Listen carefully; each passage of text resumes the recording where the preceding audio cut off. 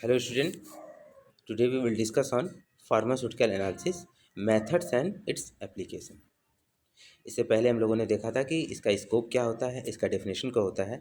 आज हम जानेंगे फार्मास्यूटिकल एनालिसिस के क्या मेथड्स हैं, वो कौन सी विधियां हैं जिनके थ्रू हम एनालिसिस करते हैं। तो let's start analysis methods. Following are the three method by which a pharmaceutical sample can be analysed: the manual method of analysis, chemical method of analysis and instrumental method of analysis. ये तीन main method है जिनके द्वारा हम pharmaceutical sample को analyse कर सकते हैं। इसमें जो सबसे पहला है the manual method of analysis, test, smell, texture, colour and appearance are some of the organoleptic qualities that the senses can perceive.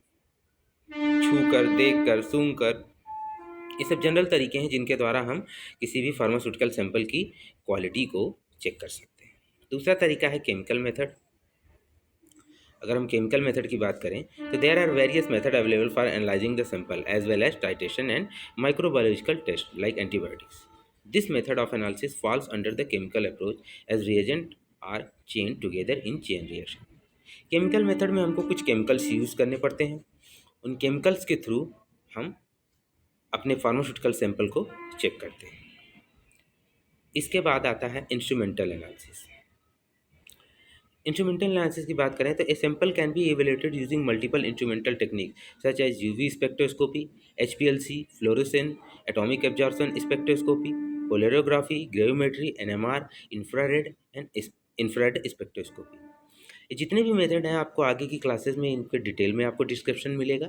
यहाँ पर खाली आपको इतना जानना है कि ये वो मेथड है जिनके थ्रू हम एनालिसिस करते हैं।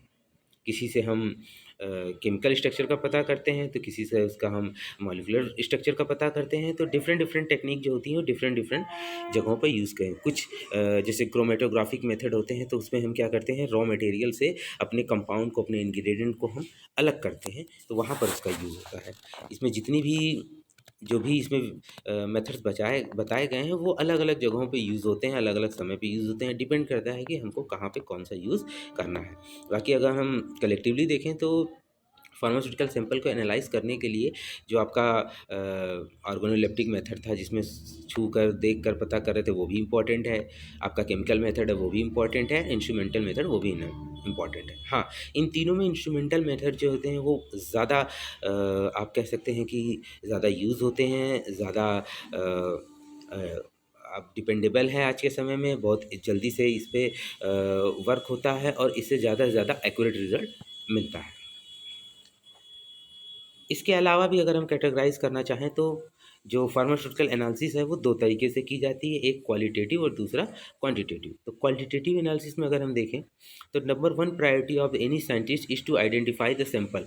Qualitative analysis involve determining what kind of chemical compound are present, such as elucidating a molecule structure and determining its molecular weight when present in a sample। जैसे हम किसी भी रॉ मटेरियल को जब हम कहीं से एक्सट्रैक्ट करते हैं तो उसकी प्रॉपर्टी यानी उसकी क्वालिटी को पता करना होता है। तो जब हम उस तरीके के एनालिसिस करते हैं तो that is called qualitative analysis. इसके बाद आता है आपका क्वांटिटेटिव एनालिसिस। क्वांटिटेटिव और quantitative evaluation of the component quantities, weight और concentration in the sample are also done. इसके अलावा जो क्वांटिटेटिव है उसमें हम क्वांटिटी का पता करते हैं, जैसे उसका कंसंट्रेशन क्या है, उसका वेट क्या है, ये सब हम सैंपल में पता करते हैं किसी भी कंपोनेंट के बारे में। तो इसे हम क्वांटिटेटिव एनालिसिस कहते हैं। अब एनालिसिस करते समय हम ध्यान रखते हैं हमें कब, कहाँ, कैसी एनालिसिस को करना है। अब हम फार्मास्यूटिकल एनालिसिस के एप्लीकेशन को देखेंगे। तो pharmaceutical analysis has following application. सबसे पहला तो classification of a compound according to its chemical property. अगर हम ध्यान से देखें तो जो भी रॉ मटेरियल से हम कोई कंपोनेंट निकालते हैं तो वो जो कंपाउंड होता है उसकी हम केमिकल प्रॉपर्टी, चाहे क्वालिटेटिव मेथड से या क्वांटिटेटिव मेथड से या जो इंस्ट्रूमेंटल मेथड दिए गए उनसे हम उसको एनालाइज करते हैं और उसको हम सबसे पहले क्लासिफाई करते हैं। क्लासिफाई करने का मतलब होता है वो किस कैटेगरी में जाएगा, वो क्या उसका यूज़ है, किस कैटेगरी में हम उसको रख सकते हैं। जैसे बहुत सारी कैटेगरी होती है, जैसे एनाल्जेसिक होती है, एंटीपायरेटिक होती है। तो इस तरीके से कैटेगरियाँ बनाई गई हैं ऑर्गेनिक है, इनऑर्गेनिक है, ये सब चीज़ों में हम उसको क्लासीफाई कर सकते हैं। Analysis of mixture for compound, कई बार मिक्सचर्स होते हैं कई कंपाउंड्स के, उनको अलग अलग सेपरेट करना होता है, इसमें हम एनालिसिस का यूज़ करते हैं। सेपरेटिंग कंपोनेंट्स फ्रॉम मिक्सचर, कई बार कंपोनेंट्स को सेपरेट करने के लिए भी हम इसको यूज़ करते हैं।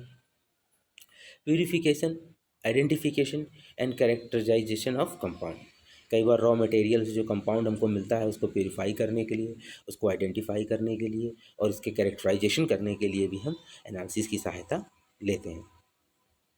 तो ये कुछ एप्लीकेशंस हैं जिनको आप फार्मास्यूटिकल एनालिसिस के तहत स्टडी कर सकते हैं। यहाँ पर हम लोगों ने उसके मेथड्स और उसके एप्लीकेशन को समझा है, एनालिसिस के मेथड और एनालिसिस के एप्लीकेशन को समझा है। आई होप कि आपको ये मेथड और उसके एप्लीकेशन समझ में आ गए होंगे। So study well, thank you.